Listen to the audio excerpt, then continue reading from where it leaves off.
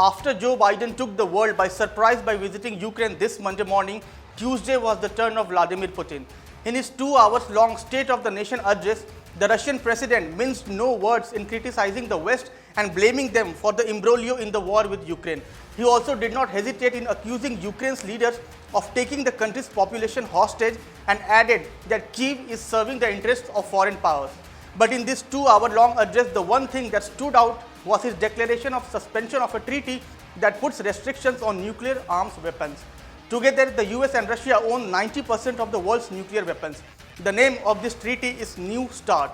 In this video, we examine what is this New START that Russia chose to suspend and what its history is. But before that, don't forget to like, share and subscribe to Oneindia. Let's clear the basic confusion first.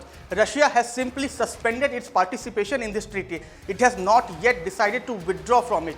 This essentially means that although Russia would still continue to abide by the restrictions of this treaty, its suspension might just make it harder for the United States to monitor compliance. Now, let's look at the treaty itself, starting with the original START. The original START stood for the Strategic Arms Reduction Treaty and was signed in July 1991 by the United States and the Soviet Union. This was the first treaty that required US and Soviet reductions of strategic nuclear weapons. In December 1991, the Soviet Union dissolved, leaving 4 independent states in possession of strategic nuclear weapons: Russia, Belarus, Ukraine and Kazakhstan. This caused a delay in the entry into force of the treaty. In May 1992, the United States and the 4 nuclear-capable successor states to the Soviet Union signed the Lisbon Protocol, which made all 5 nations part to the START 1 agreement. START 1 entered into force on December 5, 1994, when the 5 treaty parties exchanged instruments of ratification in Budapest. START 1 expired in December 2009. The United States and Russia then signed START 2 in January of 1993, but it never entered into force.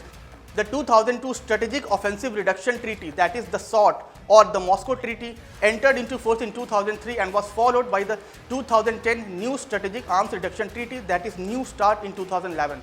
START 1 had capped the numbers of nuclear warheads and intercontinental ballistic missiles that each side could deploy at 6,000 and 1,600 respectively. The New START is officially called the Treaty between the United States of America and the Russian Federation on measures for the further reduction and limitation of strategic offensive arms, and it placed new verifiable limits on intercontinental range nuclear weapons.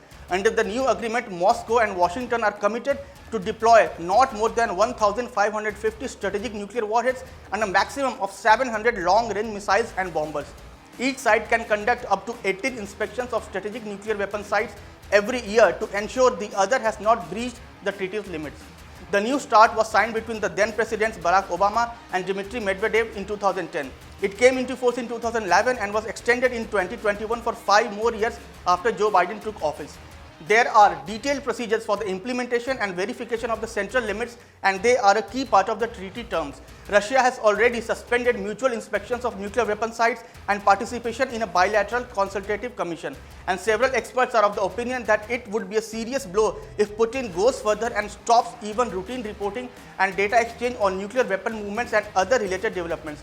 They also believe that the Russian president has perhaps made this announcement to pressure Biden into ending the war so that Russia can dictate the terms under which this would happen. A more clear picture might emerge a few weeks down the line.